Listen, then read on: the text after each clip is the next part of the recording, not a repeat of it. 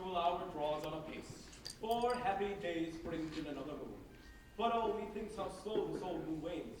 She lingers in my desires, like to a step-dame, or a dowager, long withering out a young man's revenue.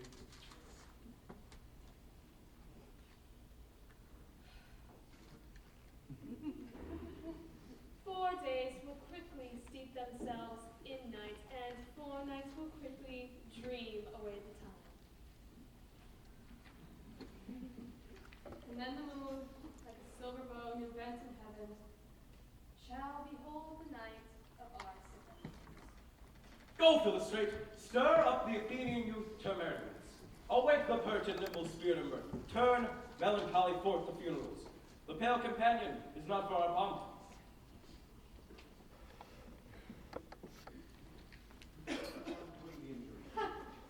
But I will wed thee in another key, with pomp, with triumph, and with reveling. After you beat Theseus, our renowned Duke, Thanks, Aeneas. What's the news with thee? full of vexation, come I with complaint against my child, my daughter Hermia. Send forth, Demetrius. My noble lord, this man hath my consent to marry her. Stand forth, Lysander, and my gracious Duke. This man hath bewitched the bosom of my child. Thou, Lysander, thou hast given her rhymes and interchanged love tokens with my child. Thou hast by moonlight at her window sung, with feigning voice verses of feigning love, and stolen the impression of her fantasy with bracelets of thy hair, rings, gauds, conceits, knacks, trifles, nosegays, sweepings. Messengers of strong prevailment and unhardened youth. With cunning hast thou filched my daughter's heart, turned her obedience, which is due to me, into stubborn harshness. My gracious Duke, be it so she will not hear before your grace consent to marry with Demetrius. I beg the ancient privilege of Athens, as she is mine, I may dispose of her, which shall be either to this gentleman or to her death, according to our law immediately provided in that case. What say you, Hermia? Be advised, fair maid, that to you your father should be as a god, one that composed your beauties, yea, and one to whom you are but as a form in wax, by him imprinted and within his power to leave the figure or disfigure. Demetrius is a worthy gentleman, So is Lysander. in himself he is, but in this kind, wanting your father's voice, the other must be held worthier. I would my father looked but with my eyes. Rather your eyes must with his judgment look. I do entreat your grace to pardon me. I know not by what power I am made bold, nor how it may concern my modesty, in such a presence here to plead my thoughts. And I beseech your grace that I may know the worst that may befall me in this case, if I refuse to wed Demetrius. To die the death, or to abjure forever the society of men. Therefore, fair Hermia, question your desires, know of your youth, examine well your blood, whether if you yield not to your father's choice, you can endure the livery of a nun. For aid to be in shady cloister viewed, to live a barren sister all your life, chanting faith hymns to the cold fruitless moon.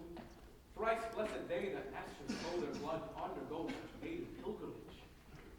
But earthier and happy is the rose distilled, than that which unvirgin thorn grows, lives, and dies in a single blessedness. So will I grow, so live, so die, my lord. Ere I will my virgin hand enough unto his lordship, whose unwished yoke my soul consents not to give sovereignty.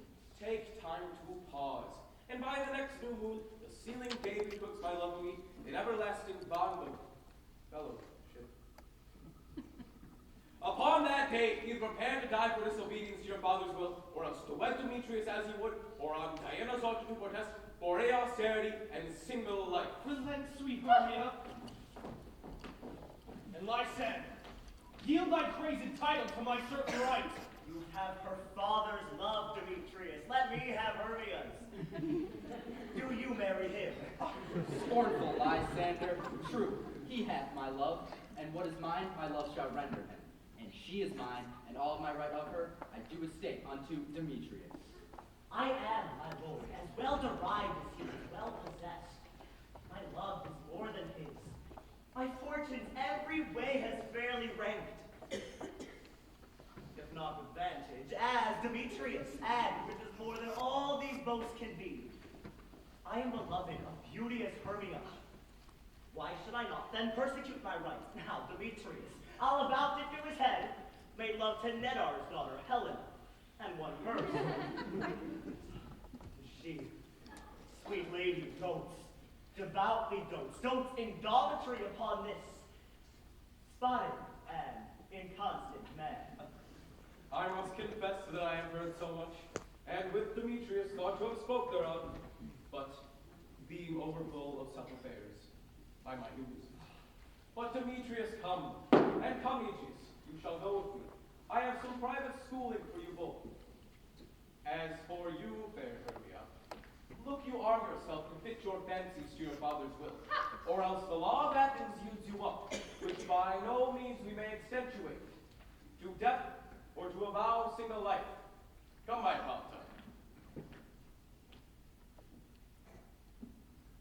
What cheer, my love. Demetrius and Aegeus, go along. I must employ you in some business against our nuptials, and confer with you on something that nearly concerns us.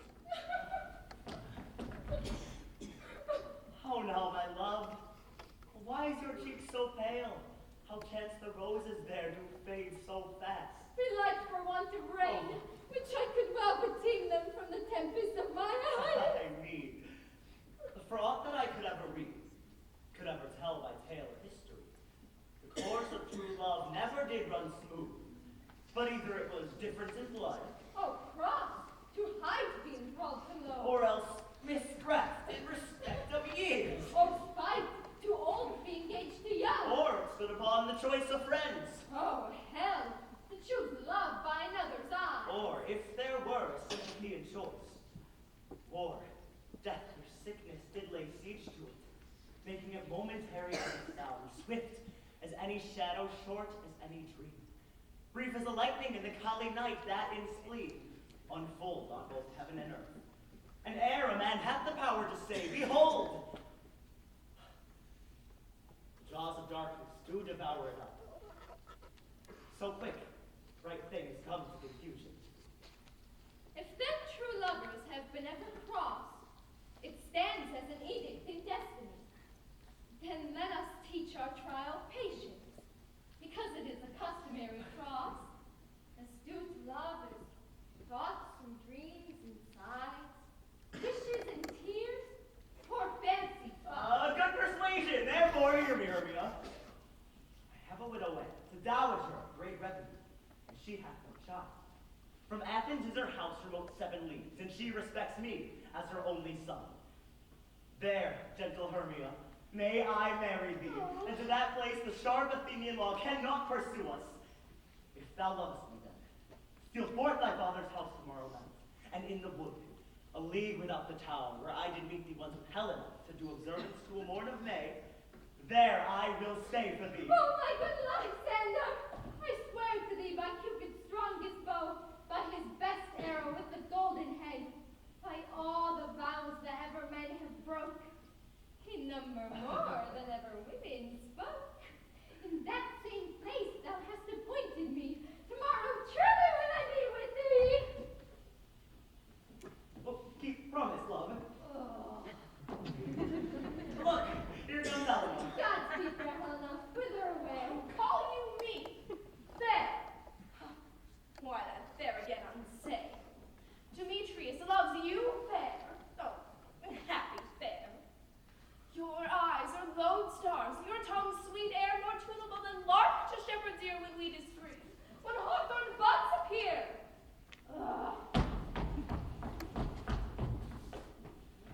Sickness is catching. Or favor so. Yours I will catch, fair Hermia, ere I go. My ear should catch your voice. My eye, your eye. Oh, my tongue should catch your tongue's sweet melody.